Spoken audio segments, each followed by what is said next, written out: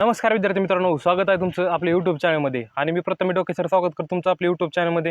तर मित्रांनो, आपल्याला माहिती आहे की स्पर्धा परीक्षेमध्ये जर आपण अभ्यास केला तर स्पर्धा परीक्षेमध्ये कशा प्रकारे जे प्रश्न असतात ते आपला घात करत असतात. ते कुठले कुठले प्रश्न असतात की अगदी सोपं प्रश्न म्हणजे आपल्याला माहिती आहे की मराठी व्याकरणामध्ये कशा प्रकारे मार्क जातात आणि हीच मार्क आपल्याला वाचवायचे असतील तर आपल्याला काय केलं पाहिजे. तर मित्रांनो, आपण जर एखाद्या गोष्टीची रिव्हिजन करत असाल तर ती कशा प्रकारे केली पाहिजे, मन लावून केली पाहिजे किंवा भूकंपट्टी केली पाहिजे. तर मित्रांनो, आपण जे रिव्हिजन करत असतो ते भूकंपट्टी पद्धतीने करत असतो. पण आपल्याला जी गोष्टी आहे ती एकदम आपण आत्मसात केली पाहिजे, म्हणजे पूर्णपणे त्या गोष्टीमध्ये वाहून घेतलं पाहिजे. ती कसल्या प्रकारे आहे तर आपल्याला माहिती आहे स्पर्धा परीक्षेमध्ये पोलीस भरती म्हणा, MPSCच्या परीक्षा म्हणा, कुठल्या बी आयोगाच्या परीक्षा असू द्या, कुठल्याही असू द्या, तलाठी भरती असू द्या, इतर कुठल्याही स्पर्धा परीक्षेमध्ये अभ्यास करत असताना आपल्याला कुठल्या कुठल्या प्रश्नामध्ये आपली मार्क जातात, जे प्रश्न आपल्याला येत असतात पण त्या प्रश्नाचे आपल्याकडून कशा प्रकारे मार्क जातात हे आपल्याला माहीत नसतं. न कळत आपल्या हातून ती मार्क निघून जातात. आणि ही मार्क आपल्याला वाचवण्यासाठी आपण काय केलं पाहिजे मित्रांनो, तर कशा प्रकारे आपल्याला माहिती आहे मराठी व्याकरणामध्ये समानार्थी शब्द असतील, विरुद्ध शब्द असतील, ह्या गोष्टी आपल्याला ऐकायला बरं वाटतात. म्हणजे एकदम सोप्या, आपण जर एखाद्याला म्हणलं तर समानार्थी शब्द पाठ केले का, हे काय सोपं आहे. पण मित्रांनो, ह्याच गोष्टी आपल्याकडून कधी कधी चुकतात, कधी कधी आपल्याकडून हुकतात आणि ह्याच्यामुळेच आपली मार्क जातात किंवा 1-2 मार्कांनी विद्यार्थ्याचा निकाल राहतो. पण ह्या गोष्टी आपण कशा प्रकारे केल्या पाहिजे ह्याच्यामध्ये एक महत्त्वाचा पॉईंट जो आहे ते आज मी तुम्हाला सांगणार आहे. तर शब्दसमूहाबद्दल एक शब्द, ह्याच्यामध्ये काय होतं की बरेच असं शब्द आहेत, अलंकारिक भाषेचे शब्द आहेत, ते आपल्याला माहीत उत्तर त्याचं माहीत असतं पण ॲक्युरेट आपल्याला त्याचं उत्तर शोधता येत नाही. परीक्षेमध्ये त्याच्यावर अनेक अर्थ दिलेले असतात, ते आपल्याला सांगता येत नाही. तेच आपण कशा प्रकारे पाठ केले पाहिजे किंवा कुठले कुठले शब्द आहेत, मी आता तुम्हाला पूर्णपणे ते शब्द वाचून दाखवणार आहे, त्याचा अर्थ तुम्हाला समजून सांगणार आहे ते कशामुळे आहेत. आणि ते तुम्हाला जर तुम्ही एकदा ऐकलं किंवा तुम्ही जर नोट करून घेतलं तर तुम्हाला 100% ह्याच्यामध्ये फायदा होणार आहे किंवा तुमचा एका परीक्षेमध्ये 1 किंवा 2 मार्क तुमचा ह्याच्यामध्ये 100% वाढणार आहे, हे देखील तुम्हाला खात्री देतो. त्यामुळे तुम्ही जर आपल्या यूट्यूब चॅनल नवीन असाल तर आज आपले यूट्यूब चॅनल सबस्क्राईब करून टाका, जेणेकरून तुम्हाला पूर्णपणे पोलीस भरती असू द्या, स्पर्धा परीक्षा असू द्या. आता आपल्याला माहिती आहे की समोर जी परीक्षा दिसत आहे ती TET शिक्षक पात्रता परीक्षा जी आहे ती आपल्याला माहिती आहे की 27 जूनला होणार आहे. आणि ही परीक्षा होत असताना ह्याच्यामध्ये कशा प्रकारे प्रश्न येत असतात, मराठी व्याकरणामध्ये कशा प्रकारे प्रश्न येतात, जर तुम्ही हिंदी भाषा निवडली असेल तर हिंदी भाषेमध्ये कशा प्रकारे प्रश्न येत असतात किंवा इतर कुठल्याही असू द्या त्याच्यामध्ये तुम्हाला कशा प्रकारे प्रश्न येतात. आजपर्यंत आपल्या यूट्यूब चॅनलवर पूर्णपणे स्पर्धा परीक्षेसंदर्भात माहिती येत असते आणि येत राहणार आहे. पण आता इथून पुढे जी माहिती येणार आहे मी तुम्हाला सांगणार आहे की शिक्षक पात्रता परीक्षा जी होणार आहे त्या परीक्षेला कशा प्रकारे सामोरे जायचं आहे, ती परीक्षा सोडत असताना कशा प्रकारे एका मार्काला 1 प्रश्न आहे, म्हणजे आपल्यासमोर 150 प्रश्न आहेत आणि त्याच्यामध्ये पास होण्यासाठी आपल्याला फक्त 90 गुण घ्यायचे आहेत. आणि हे 90 गुण घेताना किती मार्काचे किती प्रश्न घेतले पाहिजेत. आता समजा मराठी जी भाषा आहे ती प्रथम भाषा मराठी आहे आपली, आणि ही भाषा जी निवडत असताना त्याच्यामध्ये 30 मार्काला ही भाषा आहे. आणि ह्या 30 पैकी किती आपल्याला मार्क मिळाले, कमीत कमी 25 मार्क जर मराठी तुम्ही घेतले आणि हिंदीमध्ये जर किंवा इंग्रजीमध्ये तुम्ही निवडले असेल, तर समजा हिंदी भाषा जर तुम्ही निवडली असेल तर हिंदी भाषेमध्ये देखील 25 मार्क, जेव्हा तुम्ही मराठीचा अभ्यास करता तेव्हा तुमचा हिंदीचा अभ्यास देखील झालेला असतो. म्हणजेच हे प्लस पॉईंट आहे की मराठी आणि हिंदीचा अभ्यास दोन्ही एका टायमाला होत असतो. त्यामुळे लक्षात घ्यायचं की हे 50 मार्क तुमच्या हातातले आहेत. आणि त्यानंतर परिसर अभ्यास जे आहे तो त्याच्यामध्ये 20 मार्क आपल्याला कसेही घेता येतात, म्हणजे 70 मार्क आतापर्यंत आपली लेवल लागू शकते. आणि त्यानंतर बालमानसशास्त्र आहे, बालमानसशास्त्रात जर 15 मार्क घेतले आणि गणितात जर तुम्ही 15 मार्क घेतले तरी तुमची 100 मार्कापर्यंत तुमची टोटल जाऊ शकते. म्हणजे तुम्ही सहज ही परीक्षा तुम्ही क्रॅक करू शकता, पास होऊ शकता. आणि एवढ्या सोप्या भाषेत तुम्हाला सांगायचं झालं तर ही परीक्षा आपल्याला कशा प्रकारे सामोरं जायचं आहे. तर मित्रांनो, परीक्षेला वेळ फार आहे आणि 150 मिनिटं 150 मार्काचा पेपर असल्यामुळे 90 मार्काला फक्त पासिंग आहे. आता 90 मार्क मिळवायचे आपले एकदम हातातले आहे, कारण की माझं गेल्या वर्षी दोन्ही पेपर पात्र आहे मित्रांनो. लक्षात घ्या की पेपर क्रमांक 1 आणि पेपर क्रमांक 2, म्हणजे 1ली ते 5वी आणि 6वी ते 8वी या दोन्ही परीक्षा मी एका टायमाला पास झालेलो. म्हणजे 90 मार्क घेऊन दोन्ही परीक्षा एकदम पास आहे. त्यामुळे लक्षात घे, तुम्हाला अनुभव सांगतोय कशा प्रकारे पेपर सोडवला पाहिजे आणि कशा प्रकारे परीक्षेला सामोरे झाले पाहिजे, जेणेकरून तुम्हाला ह्याच्यामध्ये कशा प्रकारे फायदा होऊ शकतो. तर मित्रांनो, आपल्याला माहिती आहे की अलंकारिक शब्द किंवा शब्दसमूहाबद्दल शब्द हे कशा प्रकारे असतात. तर आपण अमर हा शब्द अनेक वेळा ऐकतो, आपल्या मित्राचं नाव असतं किंवा कोणाचं तर नातेवाईकाचं नाव असतं अमर. हा पण ह्या शब्दाचा आपल्याला अर्थ माहीत आहे का, तर ज्याला कधीही मृत्यू येत नाही असा अमर, ह्या शब्द कुणाला लक्षात येईल का. अशा प्रकारे शब्द यमसेवकी प्रकारचे शब्द असतात जे वारंवार परीक्षेला आलेले आहेत, ते शब्द तुम्हाला घेणार आहे की जर सतत हे परीक्षेला आपल्याला येत असतात. तुम्ही जर पूर्णपणे स्पर्धा परीक्षेचा अभ्यास करत असाल, पोलीस भरतीचा 2011 पासून जर पेपर चालला असेल तर त्याच्यामध्ये जे शब्दसमूहाबद्दल शब्द ह्याच्यामध्ये विद्यार्थ्याचे मार्क गेलेले आहेत, ते शब्द तुम्हाला कशा प्रकारे वारंवार तुमचा घात करतात आणि ह्याच्यात ते शब्द मी आता तुम्हाला पॉईंटमध्ये घेतलेले आहेत आणि ते तुम्हाला सांगणार आहे.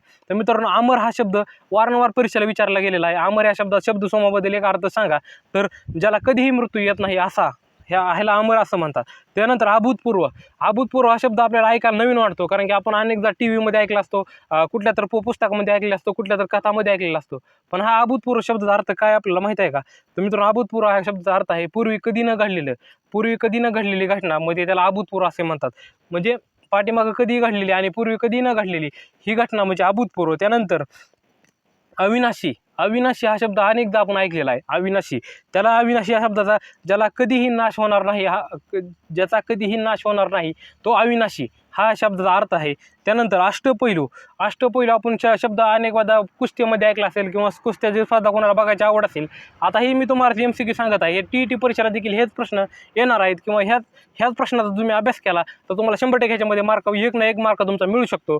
तर अष्टपैलू या शब्दाचा विविध बाबतीत प्रवीण असलेला म्हणजे प्रत्येक गोष्टीमध्ये आपण प्रत्येक क्षेत्रात असं एखादं म्हणणं आहे का ह्या प्रत्येक क्षेत्रात पटायत आहे, प्रत्येक क्षेत्रात पुढे आहे, तर त्याला अष्टपैलू असे म्हणतात.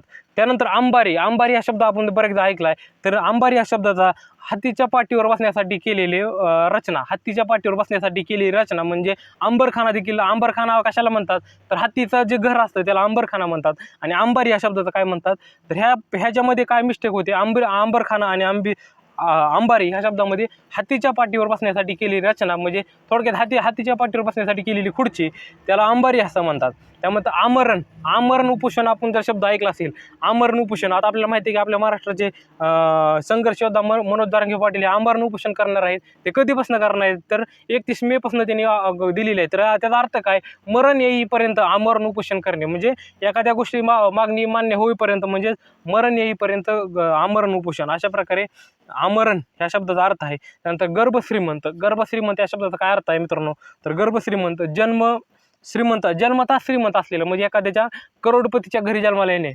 एखादा करोडपतीच्या म्हणजे आपल्याला माहिती आहे की फार श्रीमंत घरात जन्माला येणे, त्याला असा अर्थ आहे की गर्भश्रीमंत. त्यानंतर हे मित्रांनो तुम्हाला मी सांगत आहे ते कशा प्रकारे सांगत आहे तर ते पूर्णपणे परीक्षेला आलेले आहेत, पाठीमागच्या पेपरमध्ये चालले, तर हे शब्द तुम्हाला वारंवार आलेले आहेत.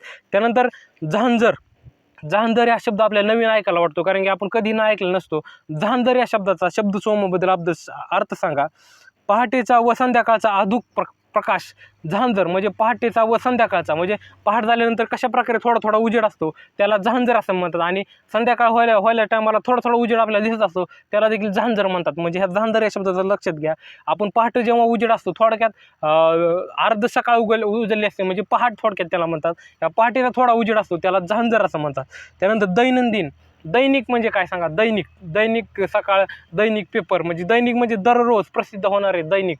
दररोज ही गोष्ट आपल्याला प्रसिद्ध होते ती दैनिक गोष्ट असते म्हणजे त्याला दैनिक असे म्हणतात. त्यानंतर चिंतामणी.